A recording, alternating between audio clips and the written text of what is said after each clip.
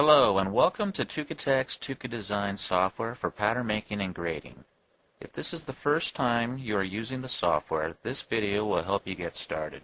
We can begin by opening a folder on your C drive called TUKAdata, and inside TUKAdata the software comes preloaded with basic blocks.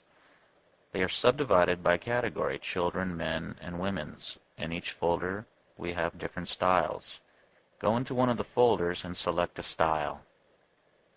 There are three parts to the interface. You have your working area and the piece bar here on the left, and when you select a piece, the piece will come down to the working area. To remove the piece from the working area, use the delete key from the keyboard. On the top you have different sets of toolbars to do pattern making functions. For example, when I click the measuring tool, I have a tape measure in my hand. If I want to cut the piece, I pick up my scissors. Now notice the cursor changed to a scissors. If I want to draw something, I pick up the draft tool, and now I have a pencil in my hand. When finished with a tool, to exit the tool, simply right mouse click and go back to your selection tool. Each pattern piece is comprised of different elements. This piece has two contours. The solid green line is my sewing line contour and is a closed contour, and the dotted white line on the outside is my seam allowance. Every piece will have an internal grain line, and when you select an internal element, there will be a selection box. When you want the information of a point or an internal, simply double-click on it, and the information dialog box will appear. If you double-click on a notch, this will give you all the information of the notch. If I double-click on the dart, this gives me all the information about the dart. And anytime you need to delete something, simply select it and use the delete key from the keyboard. TUKAdesign has some very advanced features such as a measurement chart.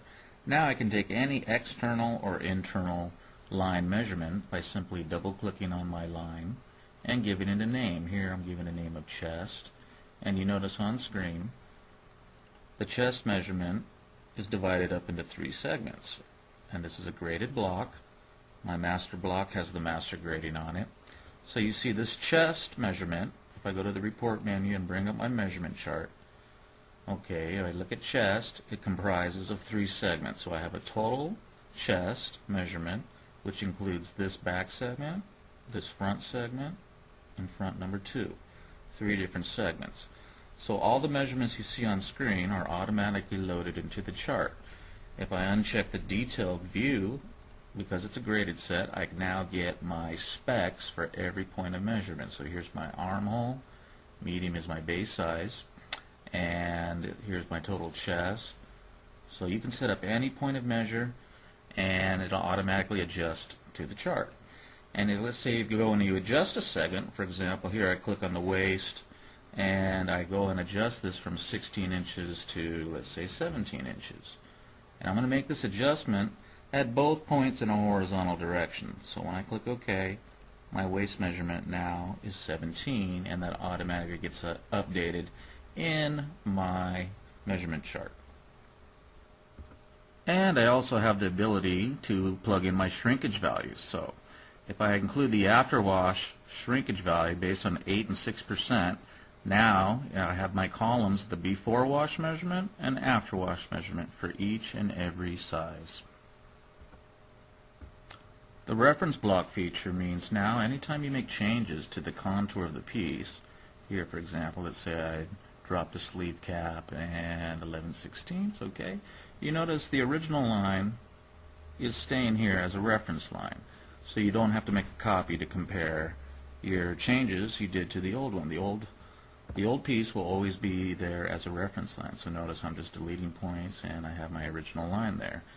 If I want to revert back to the original piece, it's very simple. I can come here and restore by reference block, and it'll swap the line.